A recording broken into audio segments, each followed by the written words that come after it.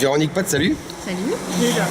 Alors, si tu es là aujourd'hui, c'est pour répondre à cette question que je pose à plein de stars, évidemment. C'est quelle est la question que tu as toujours voulu qu'on te pose et à laquelle tu vas répondre aujourd'hui?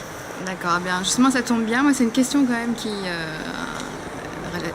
a trait à l'actualité Ouais. récente de notre pays. C'est la polémique des pandas. Oui. Non, mais sérieusement. Oui, oui, pardon. Voilà. C'est ça. Et alors qu'est-ce que tu penses de cette polémique des pandas alors? Ben, en fait, moi, je suis très touchée par la cause animale. Oui. Et donc, le panda en plus, voilà, c'est quand même une espèce en voie de disparition. Oui. C'est quand même une espèce qui... c'est un nounours, quoi. C'est dans notre imaginaire, c'est vraiment quelque chose qui a marqué dans notre enfance à tous. Et donc, utiliser un panda, le prendre en otage dans un conflit finalement politico-linguistico-communautaire, enfin, ça me révolte.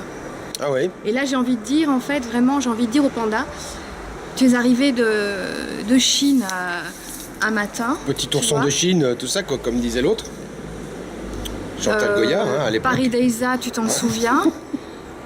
Tu avais des petits ronds autour des yeux. Ton regard était si merveilleux que j'en pleurais de bonheur. Et tous mes amis français, wallons, francophones, wallons t'ont aimé. Tout le monde a voulu t'adopter. Enfin, faut dire avec ton petit museau, là, ton petit museau charmant et ton petit costume noir et blanc. Eh bien, il y avait du rire dans les maisons et on sautait, on dansait, on chantait. Et là, vraiment, j'ai envie de dire au panda, j'ai envie de chanter Pandi, panda, petit ourson de Chine, Pandi, panda, de l'Himalaya. Pandi, panda, Pandi, panda, c'est sûr, on te sauvera. Vive les pandas!